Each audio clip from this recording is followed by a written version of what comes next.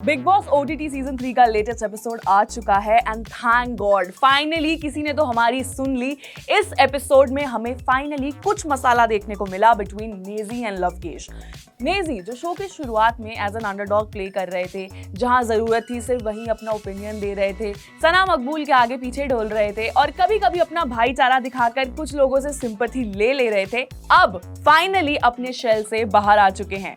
इस एपिसोड में हमने लवकेश और नेजी के बीच में जो फाइट देखी, उसके बाद ये कहना आई थिंक जायज है कि बमाए में दम तो है। क्या हुआ इस एपिसोड में आज डिस्कस करेंगे इस वीडियो में। नमस्ते and hello everyone, welcome back to my daily analysis of Bigg Boss OTT season 3। तो भैया इस एपिसोड के शुरुआत में हमने ये देखा कि रणवीर शोरे और सना मकबूल के बीच एक छोटी सी बहस हो गई, जहां रणवीर ने सिर्फ इतना कहा था कि अगर आप किसी भी तरह का फल अपने टेबल पे काटते हैं या आपकी चॉपिंग ड्यूटी है, तो आपकी ड्यूटी ये भी बनती है कि आप वो फल के जो भी छिलके हैं वो भी साफ करके कहीं और रख दें। लेकिन इस पर सना मकबूल का ईगो हर्ट हो गया और उन्होंने रणवीर से बहस करना शुरू कर दिया, which I don't think was relevant. Because यार ये तो बेसिक एटिकेट होता है कि अगर आप फल छील रहे हो या फिर एप्पल काट रहे हो, भले उस वक्त वो सना मकबूल ने नहीं काटा था, लेकिन ये कहना कि हमारे छिलके साफ करने की ड्यूटी आपकी है, दैट वाज नॉट करेक्ट। उसके बाद इस सीजन में जो मैं सबसे ज्यादा मिस कर रही थी वो थे बिग बॉस के टास्क एंड फाइनली आज एक इंटरेस्टिंग टास्क हुआ जिसमें अगेन घर वाले बिग बॉस से हार गए। इस एपिसोड में जो बिग बॉस का टास्क था वो एक इंटेरोगेशन टास्क था, जिसमें 2 डिटेक्टिव घर वालों ने चुने थे जो ये फाइंड आउट करते कि आखिर घर का बाहर वाला कौन है। और लवकेश को ऑलरेडी उनके फोन पर एक वार्निंग आ चुकी थी कि आज एक ऐसा टास्क होने वाला है, तो सतर्क रहें।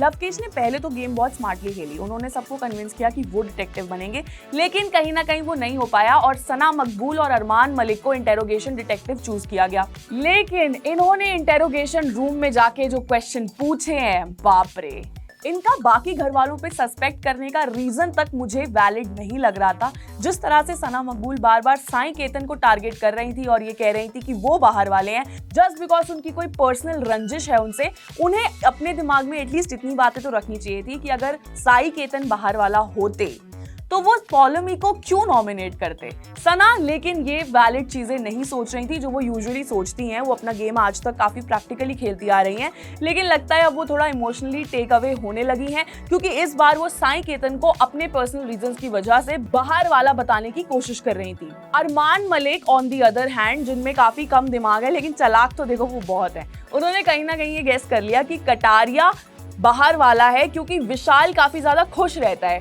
और तो और सना सुल्तान, जिन्हें सब लोग घर वाले डम समझते हैं, उन्होंने भी एक बहुत अच्छा पॉइंट रखा कि विशाल की बॉडी लैंग्वेज काफी ज्यादा खुल गई है, उसे नॉमिनेशंस का डर नहीं है, इसलिए हो सकता है कि विशाल का कोई करीब या जानने वाला ही बाहर वाला है। लेकिन काश इन इंस्पेक्टर्स ने सबकी बात सुनी होती और सबका एक पॉइंट ऑफ व्यू लिया होता, तो शायद वो बाहर वाले को जानने में सक्सेसफुल हो जाते। लेकिन भले इंटेरोगेशन इंस्पेक्टर ये टास्क हार गए हों, लेकिन एक इंसान ऐसा है जिसे पता चल गया है कि लवकेश कटारिया ही बाहर वाला है, और वो है विशाल।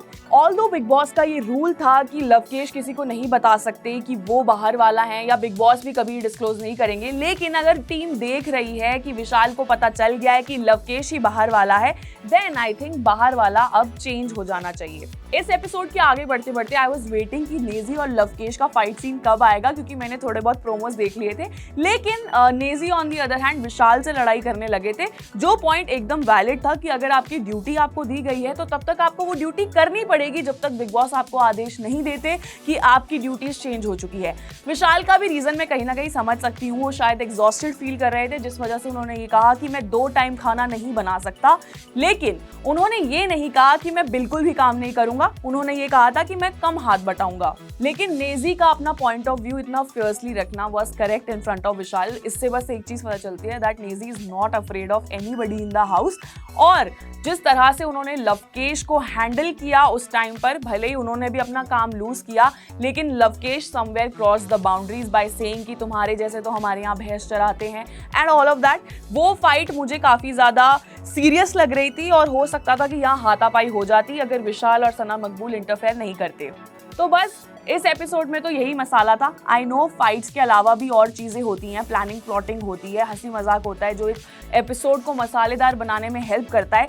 लेकिन जब आपके पास जीरा ही नहीं है तड़का लगाने के लिए तो मसाला कहाँ से आएगा? तो इस एपिसोड को आप एज अ जीरा समझ लीजिए, क्योंकि थोड़ा मसाला आना शुरू हो गया है। लेट्स होप कि ये घर वाले इस हफ्ते जग जाएंगे और पूरी तड़का दाल हमें सर्व करेंगे। विद दैट मेरा एनालिसिस होता है यही खत्म।